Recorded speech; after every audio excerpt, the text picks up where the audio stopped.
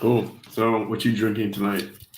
What's on the menu? I don't know if I said I'm not drinking anything tonight, so I might have let you down right now, but nothing today, just water. I've got some more work that I need to do later on. So, what about yourself? Yeah, I just had a can open. What are you having? I don't know. I'm the same. I'm going quite vanilla. Yeah, I'm going quite Quite vanilla today. vanilla. So, nothing like San Pellegrino. Is that like fancy sparkling water or what?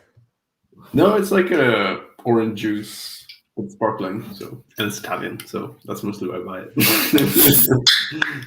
Yeah, Yeah. no, that's interesting. That's perhaps one of the only life's pleasures that you can have in Italy now that it's gone back into lockdown again. I think it was like the first European nation that went into lockdown last year, and now it's. I mean, I know that some other nations like Poland is going back into stricter restrictions, but a full-on lockdown, that's different. Yeah, the UK is as well, but the UK has actually got their vaccine sorted, so whereas Italy doesn't. So Yeah. With the UK, like we've been in a lockdown, but it's been a very British lockdown, so it hasn't been a lockdown at all in most areas. In terms of the shops are closed, but everyone's still going outside and doing stuff if they can. But regardless of that, today we're going to be talking about Biden's approved Congress passed, I think signed now, stimulus bill, totaling the 1.9 trillion US dollars on top of a lot of the other spending that we saw under Trump, which I think totaled just over 2 trillion or maybe just under 3 trillion.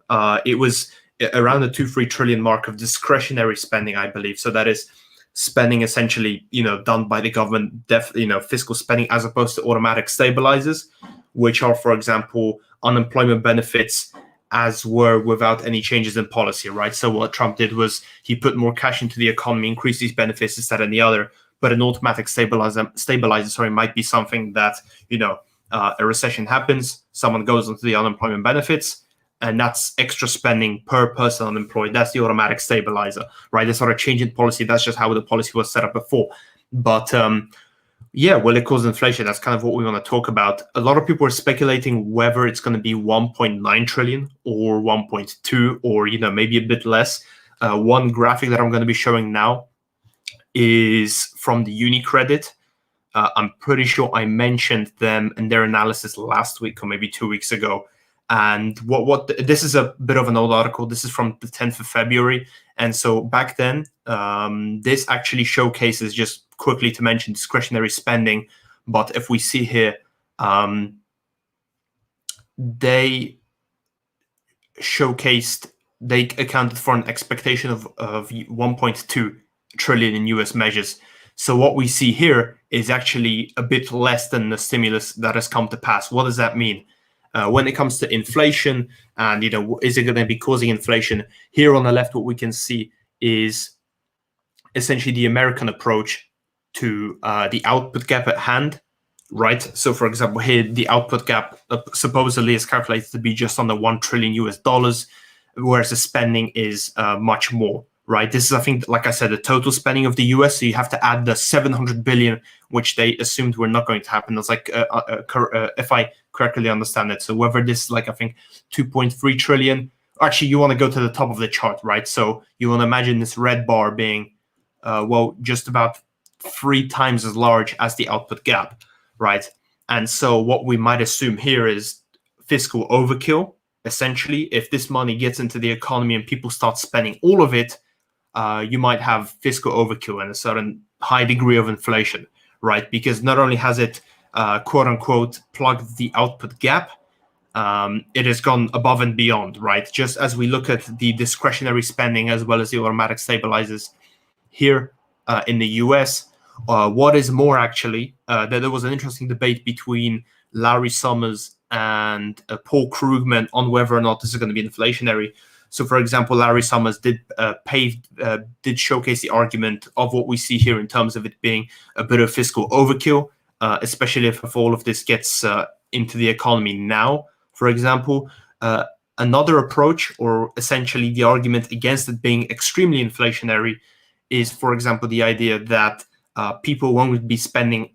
Essentially, this money won't permeate into the economy in an instant today, right? So For example, a lot of this money might be put into people's savings, or it might be essentially used for consumption, not just this year, but the year after, 2021, 2022, 2023, as opposed to all of it being used today, right? So that's kind of the quantitative approach that we see now. But now, I kind of want to ask you the question, maybe we can lead the discussion into whether or not this money is going to be spent again this year. What are people going to be doing with their stimulus checks? And just to quickly add on, the 1.9 trillion stimulus bill isn't all stimulus checks, right? I believe it's around a third, if not less, of actual stimulus checks. I think another third is around another third is based on healthcare and getting the vaccine to the people.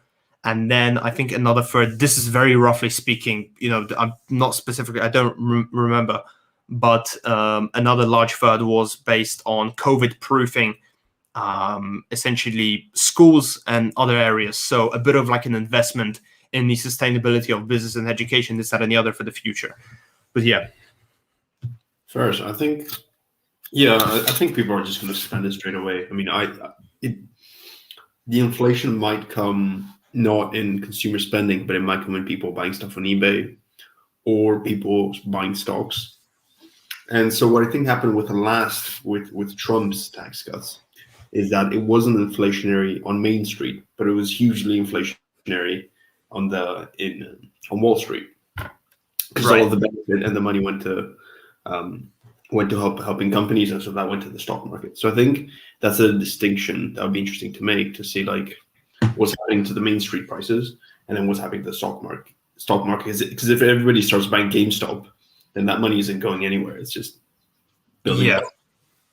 That's quite interesting. Yeah, you want to track the money and whether it goes into building wealth, in quote unquote wealth, debt fueled wealth, essentially, by causing inflation in the asset markets, right? Financial markets. So, for example, is everyone going to spend this money on the Robinhood accounts, buying stocks, buying assets, maybe buying assets abroad, whatever, as opposed to spending it, on goods, consumables, domestically, right? And again, even if they were going to spend all of the money that they're getting, if this is around a third of the stimulus bill, that still won't necessarily cover or, go over the output gap.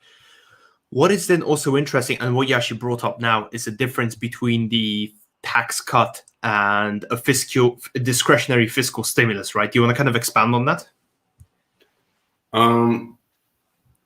Yeah, I mean, all I'd say is like, with this one, because you're giving people money directly, the way they'll act is very different to just a tax cut. And I think they'll use it very much like a handout, and they'll just go and buy stuff they need today. They might use it to pay for their rent, but they'll also use it to buy something cool that they didn't have.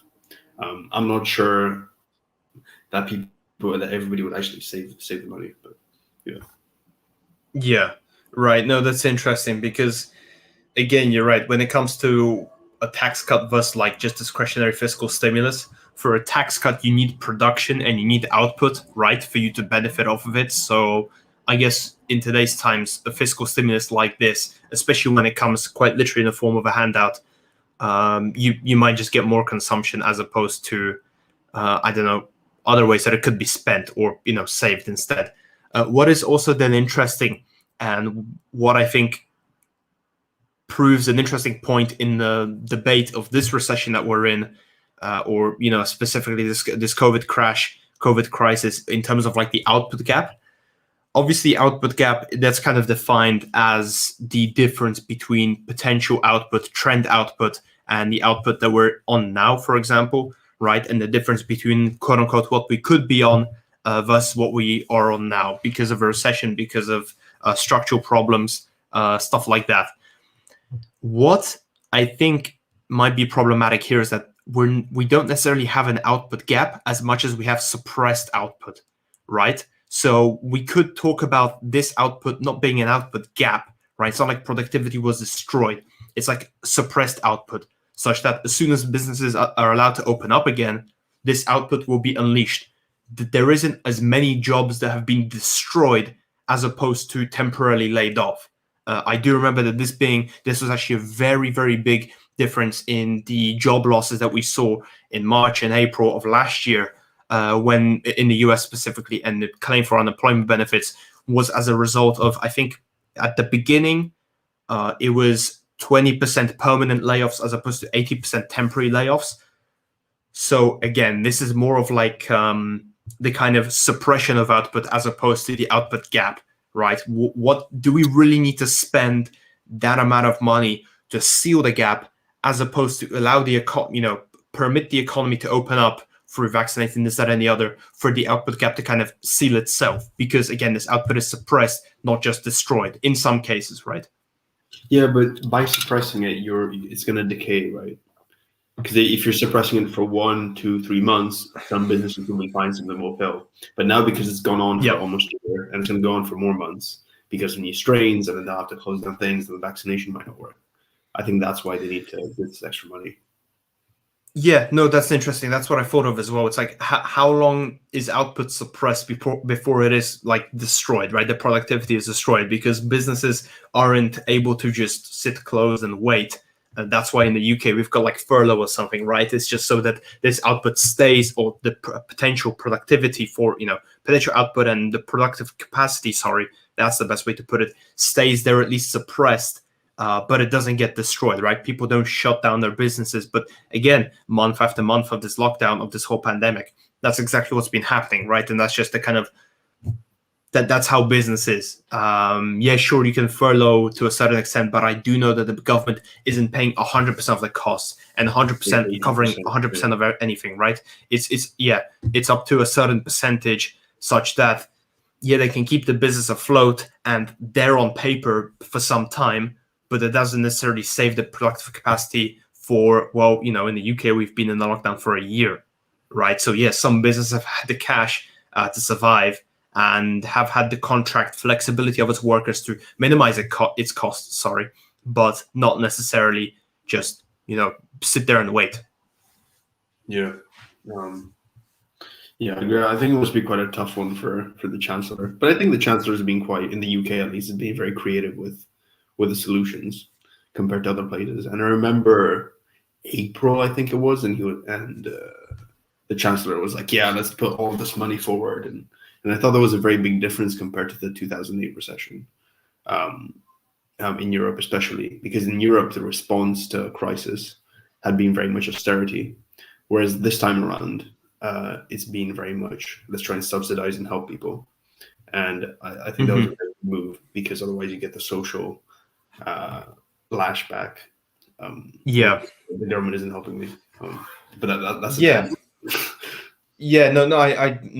think that's an important point to say, is that, right, we can talk about fiscal spending and how the government should help, but then just look at the money figures as we are, for example, here, it doesn't obviously paint the whole picture for you. And I think, you got to give credit where credit is due. I do know that the response in the UK was quite quick and decisive at first. I'm pretty sure the furlough scheme, for the size of it, came out relatively quick. And as opposed to going into a full-blown, just not even a recession, but a depression, it's saved us for now. But at the same time, this is paid for by using our own money from today and from the future, right? So it's not like the furlough will disappear and the pandemic will disappear and then we're off the hook. But I think it was quite measured, as opposed to, for example, what we also see on screen, the Eurozone response, which is far less than the predicted output gap. But at the same time, how much of that output gap is suppressed output, which can come online very quickly and therefore doesn't need plugging. But we're going to be able to compare the effectiveness of these two responses, right? And for the Eurozone, which is already struggling, sorry? I was just going to say that for the Eurozone, at least in Italy, what they've done is they've stopped companies from firing people. So until March, April, the next few months, they put a 1-year block on firing anybody. So that's going to be a big issue, for example, for Italy. So then how do you deal with companies having had to pay out employees, and now they're really cash strapped? And I think that might be a big reason for this difference, is that in the Eurozone, that because it's a much more socialist model, you can put these kinds of measures in. And I think that puts the burden onto the companies as opposed to the state. But yeah, that'll be a big issue to see over the next few months. And I think what's it called? The furlough scheme as well. I think it was meant to expire. I'm not sure if they've extended it, but Yeah. Just quickly going back to like the Italy point, which you said about not being able to fire. So instead of one individual going unemployed, going under, or certain individuals, you're going to make the whole firm tank, because if the firm can't pay its employees, well, then it goes bust at the end of the day, or it just says, yeah, you're not fired, but your pay is nil or something. I don't know how that works specifically, but that seems like a crazy policy just by itself. I do think that obviously when the government tells you that you have to not work, shuts you down, there has to be some sort of compensation, as is with the furlough scheme, which I think is, given the circumstances, quite an interesting approach. And I think we'll have to see with time, but relatively more effective than some other European policies, which I may assume. I mean, in Poland, we did have people opening up their businesses and striking and protesting, and essentially opening up their businesses no matter whether there was a lockdown, this, that, and the other, because the Polish government shut everything down, obviously, but didn't compensate anyone nearly enough to cover all of the costs that people were incurring because of the state. And there was some problems with legality, with the legality of what businesses were doing. But it turns out that the government was losing in court because I think you need to enact a certain state of government, state of emergency, something like that, to just enact the shutdown of a whole economy without any kind of what's it called, lashback, that kind of stuff. It's interesting. It's two very different responses. Only time will tell which one's more effective. And at the same time, who's to say what effective is? When it comes to the saving of GDP, nominal GDP, I don't know how that might compare to the rising inequality that we're definitely going to see. Just a whole array of problems, really, issues which are only going to be exacerbated. The issues that we had beforehand only going to be exacerbated, I guess. Yeah, exactly. Let's see. And it's going to be hard to compare. Like, even this chart is really useful, but then there's a lot of things you don't measure, that you don't see. So I think, yeah, exactly. Yeah, let's try and build up some indicators over the next few weeks and try to think about different ways to measure the effectiveness, like quality of life, and then also individual income, all this stuff. Yeah, no, that's actually a cool idea. We can make like a little watch list and essentially keep track of very macro-based indicators. We'll see what we find out, what we can kind of come up with, and just keep a weekly watch list of how well the economy is actually improving. I know that there is the weekly economic index in the US, which is quite new. I think it actually came about during the pandemic. I will quickly get it up. But it's 1 second. Weekly economic index. It's quite an interesting index, just kind of showcasing the more short-term changes in the economy. So, for example, I think, can we check it out? Yeah. So yeah, this is the weekly economic index as opposed to the GDP, and it's 13-week moving average, right? And it's a composite index or a few indicators like fuel prices, stuff I don't exactly remember. Point is, yeah, I guess we can just keep a watch list of some of the stuff. Keep a rolling kind of eye, look out for how this is changing. But yeah, I guess as you can see, where for example, the economic activity was, which is at around, it depends which you look at. For example, the WEI, weekly economic index, 1.5% here. Now it's up to minus 1.5%, but still much better than minus 11.5% trough, bottom. I don't know. Yeah.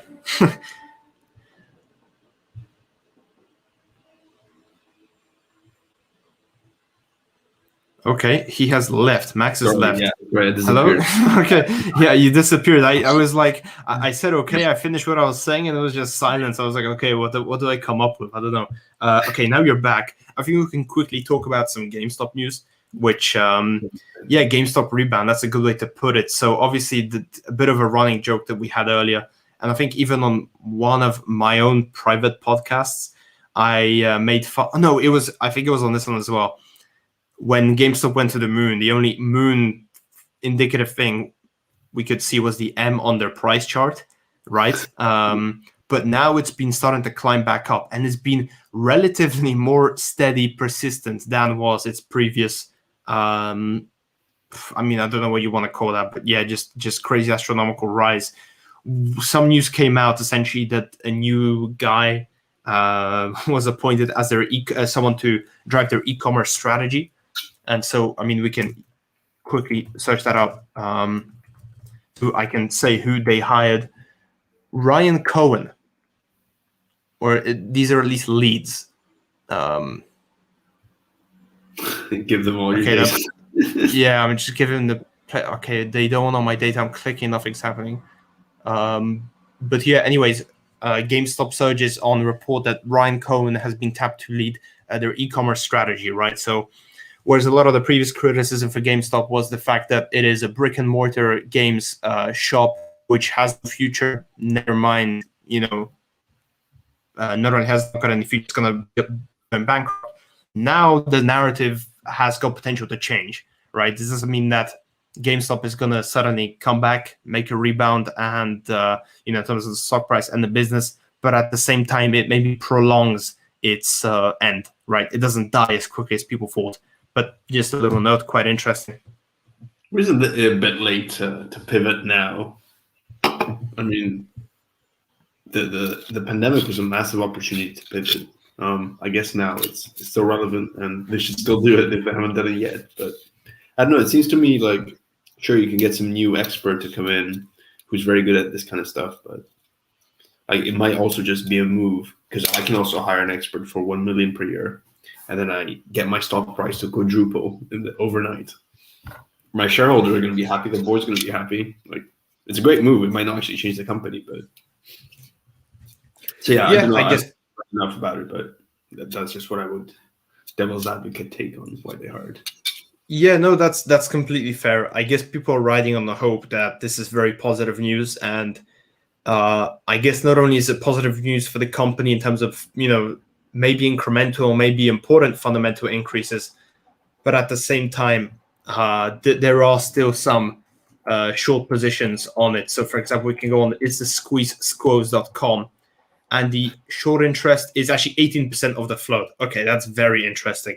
I remember a few weeks ago it was 50%, and then at the beginning 2 months ago now I think or something it was way over 100%. So okay, the narrative of a short squeeze and the price going to 1,000, 2,000 because they have to buy back all the shares, that doesn't really make sense anymore. I wouldn't say with an 18% float, this as in respect to the same weight that it had back in the 144% of the float being shorted, but yeah. Yeah, something. So okay, it's the market has adjusted based on what happened last time. Nobody's going to short this anymore. It might be interesting to see what are the most shorted stocks. That might be a project we do after, and we try and find the 10 most shorted stocks, and then see if they're actually worth shorting or not. Because we might find one that's like pretty healthy, but it's like 200% shorted. Then we can post it on Wall Street Bets and take that one down too. Man, honestly, maybe not so much anymore. I was actually keeping track of the short interest and stuff in that kind of sphere back at the end of January when this was becoming a hot topic. And it was not only a hot topic for us, but also for the industry in terms of people closing their short positions and just going long. Essentially, for example, Bill Ackman's hedge fund, he's a very famous, now well-known hedge fund investor. I believe that at the end of January, he gave out the news that his hedge fund, Pershing Square Capital Management, I think it's called, no longer has any short positions. So I think we can kind of discuss how shorts have changed and whether or not anyone is short as much as they used to. The answer is I don't think they are. But what this also means for the GameStop story is problematic in terms of, with the first pump and dump, and essentially it was all on the hopes that the price is going to go up super high because the shorts are going to have to buy back their stock. Now, with the share float being, or short interest being much, much lower than it had been in the past, that argument isn't as strong, right? Even though the stock price is very much close to the highs as it reached beforehand. Okay, let's see how it develops. I mean, yeah, you're right. It does look a lot more stable than the previous Burj Khalifa. Was that the way of putting it? Cool. Yeah, it was just a vertical leap. But I think we can wrap it up here. We'll see how this GameStop story is going to be developing. We're going to be seeing how, I think this weekend is when the stimulus checks are coming out. So we're definitely going to be getting some hot news on that and the development of that over the next coming days and weeks, and seeing essentially where the first pieces of cash are going, if that can be tracked or not very quickly. That's it. Yeah, cool. Thank you, everybody, for watching. This has been super good. And next week, we're probably going to have a look at all these different things and maybe a bit of Europe as well. So catch you later. Awesome.